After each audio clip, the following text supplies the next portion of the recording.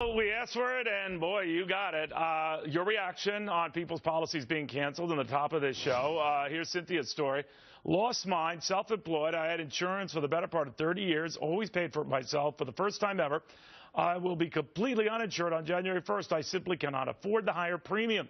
Sandy says she didn't cancel. We received a pink slip because it would cost the employer too much to keep us employed.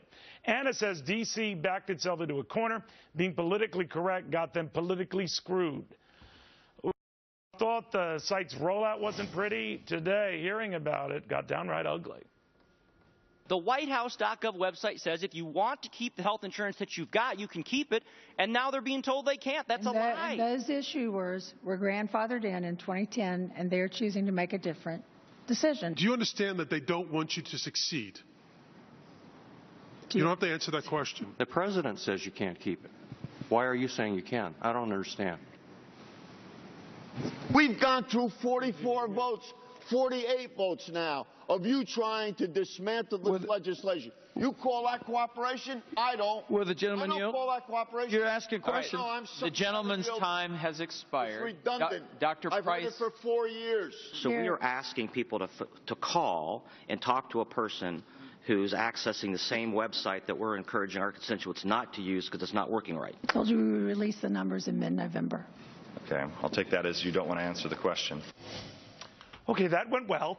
Lawmakers grilling Medicare Chief Marilyn Tabner. Republican Congressman Peter Roskam was one of them. Congressman, you get any answers at all?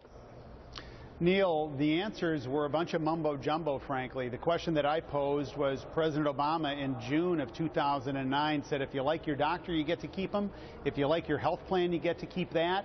And that's turning out not to be true. And it's incredibly significant. The rollout is one thing. That's a disaster. But don't just focus on the rollout. Look at the underlying statute. This is a program that's clearly not ready for prime time in any stretch of the imagination. Whether it's delayed the individual mandate or otherwise or not, I'm wondering, knowing the problems we've encountered now and knowing Steny Hoyer and other prominent Democrats are saying, you know, truth be told, we kind of knew a couple of Americans here and there would lose their coverage.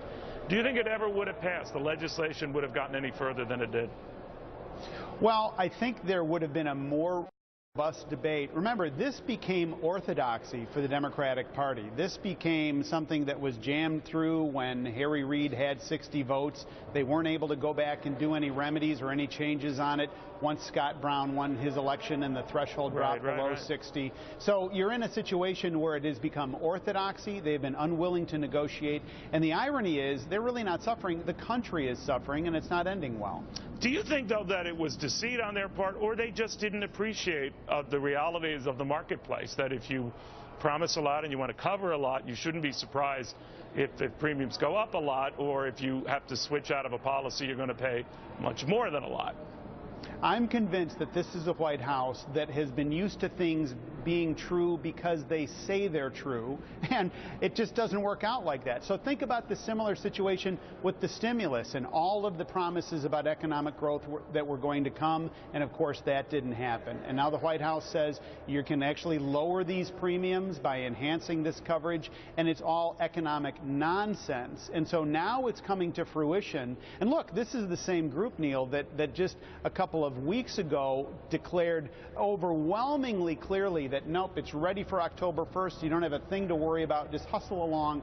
No accident here. Just mind your own business. And there were many voices that were putting up caution saying you're not ready, but they just continued to jam it forward. That was then. This is now. Congressman, thank you. Thank you.